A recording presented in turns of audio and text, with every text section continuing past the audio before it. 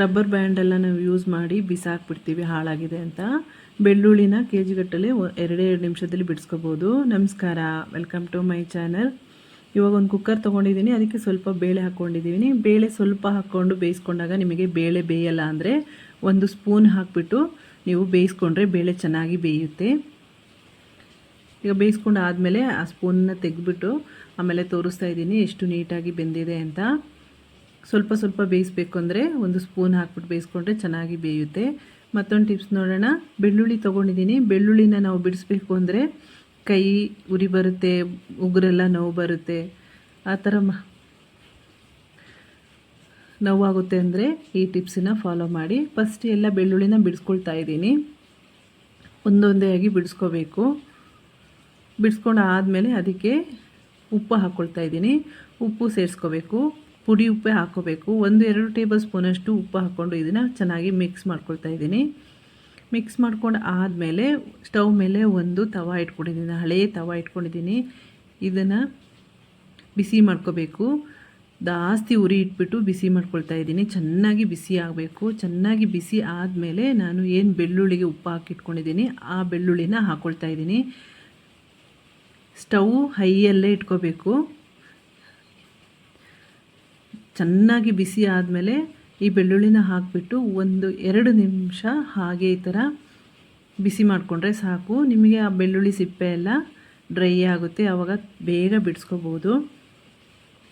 2 ನಿಮಿಷದಲ್ಲಿ ನೀವು ಬೆಳ್ಳುಳ್ಳಿನ ಬಿಡಿಸ್ಕೋಬೋದು. ನಿಮಗೆ ಕೈ ಉರಿ ಬರೋದಾಗಲಿ ಉಗುರು ನೋವಾಗೋದಲ್ಲಿ ಆಗಲ್ಲ ಈ ಥರ ಮಾಡಿಕೊಂಡ್ರೆ. ಇವಾಗ ಚೆನ್ನಾಗಿ ಬಿಸಿಯಾಗಿದೆ. ಇವಾಗ ಒಂದು ಪ್ಲೇಟಿಗೆ ತೆಗೆದಿಟ್ಕೊಳ್ತಾ ಇದ್ದೀನಿ ಬೆಳ್ಳುಳ್ಳಿನ.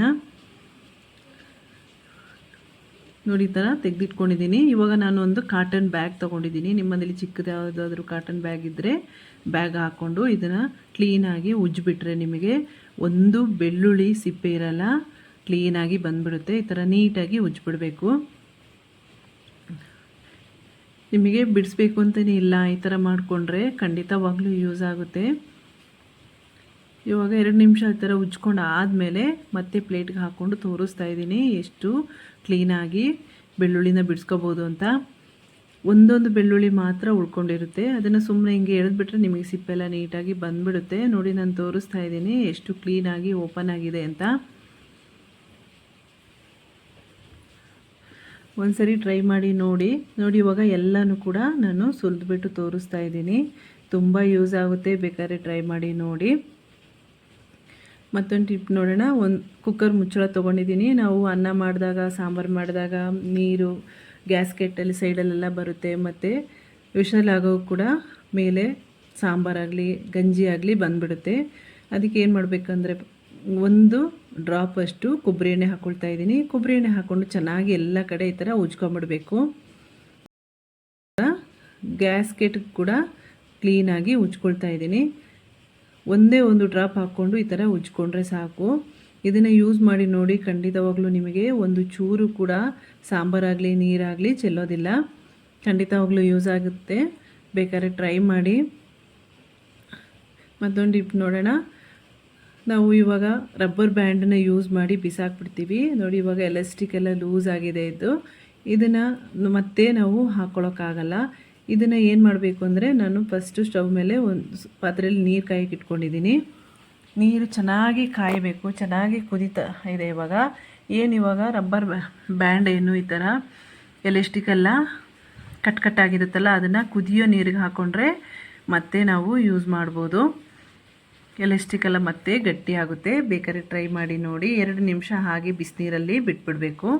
ಕುದೀತಿರುವ ನೀರಿಗೆ ಹಾಕಿ ಹಾಗೆ ಬಿಟ್ಬಿಟ್ರೆ ನೀವು ಮತ್ತೆ ರಬ್ಬರ್ ಬ್ಯಾಂಡನ್ನು ಯೂಸ್ ಮಾಡ್ಬೋದು. ಇವಾಗ ನೋಡಿ 2 ನಿಮಿಷ ಆಗಿದೆ, ನಾನು ತೋರಿಸ್ತಾ ಇದ್ದೀನಿ. ಇದನ್ನು ಸ್ವಲ್ಪ ಡ್ರೈಗೆ ಇಟ್ಬಿಡಬೇಕು. ಸ್ವಲ್ಪ ಬಿಸಿಲಿಗೆ ಇಟ್ಬಿಟ್ರೆ ಮತ್ತೆ ನೀವು ಈ ರಬ್ಬರ್ ಬ್ಯಾಂಡನ್ನು ಯೂಸ್ ಮಾಡ್ಬೋದು. ಎಲ್ಲ ರಬ್ಬರ್ ಬ್ಯಾಂಡನ್ನು ಈ ಥರ ಮಾಡಿಕೊಂಡ್ರೆ ನಿಮಗೆ ಮತ್ತೆ ಯೂಸ್ ಮಾಡ್ಕೋಬೋದು. ಈಗ ಸ್ಟವ್ವಲ್ಲಿ ನಿಮಗೆ ಅಡುಗೆ ಮಾಡಿದಾಗ ಎಲ್ಲ ಕಡೆ ಎಣ್ಣೆ ಹಾರಿರುತ್ತೆ, ಮತ್ತು ಸಾಂಬಾರು ಅನ್ನ ಮಾಡಿದಾಗೆಲ್ಲ ಗಂಜಿ ಹಾರಿರುತ್ತೆ. ಆವಾಗ ಕ್ಲೀನ್ ಮಾಡೋಕ್ಕಾಗಲ್ಲ ಅಂದರೆ ನಿಮಗೆ ದೋಸೆ ಹಿಟ್ಟು, ಉಳಿದಿರುವ ದೋಸೆ ಹಿಟ್ಟು ಸ್ವಲ್ಪ ಹುಳಿ ಬಂದಿರುತ್ತಲ್ಲ, ಆ ದೋಸೆ ಹಿಟ್ಟನ್ನು ಹಾಕಿಬಿಟ್ಟು ಚೆನ್ನಾಗಿ ಉಜ್ಜಿಬಿಟ್ರೆ ನಿಮಗೆ ಸ್ಟವ್ ಕೂಡ ಕ್ಲೀನ್ ಆಗುತ್ತೆ. ಇದನ್ನು ನೀವು ಆದಷ್ಟು ಸಾಫ್ಟಾಗಿರುವ ಸ್ಕ್ರಬ್ಬರಲ್ಲಿ ಉಜ್ಕೋಬೇಕಾಗುತ್ತೆ. ಮತ್ತು ಉಜ್ಕೊಂಡು ಆದಮೇಲೆ ನಾನು ಒಂದು ಬಟ್ಟೆಯಿಂದ ಕ್ಲೀನಾಗಿ ಒರೆಸ್ಕೊಳ್ತಾ ಇದ್ದೀನಿ. ನೀಟಾಗಿ ಒರೆಸ್ಕೋಬೇಕು, ಇಲ್ಲಾಂದರೆ ಎಲ್ಲ ಕಡೆ ಹಿಟ್ಟ ಹಾಗೆ ಇರುತ್ತೆ. ಬೇರೆ ಯಾವುದೇ ಲಿಕ್ವಿಡ್ ನೀವು ಹಾಕ್ಕೋಬೇಕು ಅಂತಿಲ್ಲ ಈ ಥರ ಮಾಡೋದ್ರಿಂದ. ಮತ್ತು ಸ್ವಲ್ಪ ನಾನು ಪೇಸ್ಟ್ ಹಾಕ್ಕೊಳ್ತಾ ಇದ್ದೀನಿ. ಕೋಲ್ಗೇಟ್ ಪೇಸ್ಟ್ ಹಾಕ್ಕೊಂಡು ಉಜ್ಜೋದ್ರಿಂದ ಕೂಡ ಸ್ಟವ್ ಕ್ಲೀನ್ ಆಗುತ್ತೆ, ತುಂಬ ನೀಟಾಗುತ್ತೆ. ಎಣ್ಣೆ ಜಿಡ್ಡಿದ್ರೆ ಮತ್ತು ಬೇರೆ ಬೇರೆ ಏನಾದರೂ ಹಳೆ ಸಾಂಬಾರೆಲ್ಲ ಚೆಲ್ಲದಾಗ ಅಂಟ್ಕೊಂಡಿದ್ರೆ ಈ ಥರ ಕ್ಲೀನ್ ಮಾಡಿಕೊಂಡ್ರೆ ನೀಟಾಗಿ ಕ್ಲೀನ್ ಆಗುತ್ತೆ. ನಿಮಗೆ ಅಂಗಡಿಯಿಂದ ಹೊಸ ಸ್ಟವ್ ತಂದ ಹಾಗೆ ಇರುತ್ತೆ, ಬೇಕಾದ್ರೆ ಟ್ರೈ ಮಾಡಿ. ಇವಾಗ ಮತ್ತೆ ಕ್ಲೀನಾಗಿ ಉಜ್ಕೊಂಡು ಆದಮೇಲೆ ಒರೆಸ್ಕೊಳ್ತಾ ಇದ್ದೀನಿ. ಒಂದು ಬಟ್ಟೆ ತೊಗೊಂಡು ಒರೆಸ್ಕೋಬೋದು, ಇಲ್ಲ ಟಿಶ್ಯೂ ಪೇಪರಲ್ಲಿ ಕೂಡ ನೀವು ಕ್ಲೀನಾಗಿ ಸ್ಟವ್ನ ಒರೆಸ್ಕೋಬೋದು.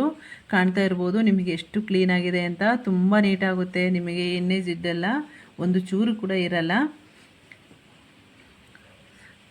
ಎಲ್ಲ ಕಡೆಯೂ ಕೂಡ ನೀವು ಈ ಥರ ಒಂದು ಪೇಸ್ಟ್ ಹಾಕಿ ಉಜ್ಕೊಂಡ್ರೂ ಕೂಡ ಕ್ಲೀನ್ ಆಗುತ್ತೆ, ಇಲ್ಲ ದೋಸೆ ಹಿಟ್ಟು ಹಾಕ್ಕೊಂಡು ಉಜ್ಕೊಂಡ್ರೂ ಕೂಡ ಕ್ಲೀನ್ ಆಗುತ್ತೆ. ಆದಷ್ಟು ಸಾಫ್ಟಾಗಿರುವ ಸ್ಕ್ರಬ್ಬರಿಂದ ಯೂಸ್ ಮಾಡ್ಕೋಬೇಕು. ನೋಡ್ತಾ ಇರ್ಬೋದು ಎಷ್ಟು ನೀಟಾಗಿದೆ ಅಂತ. ಈ ವಿಡಿಯೋ ಇಷ್ಟ ಆಗಿದರೆ ಲೈಕ್, ಶೇರ್, ಸಬ್ಸ್ಕ್ರೈಬ್ ಮಾಡ್ಕೊಳ್ಳಿ. Thank you.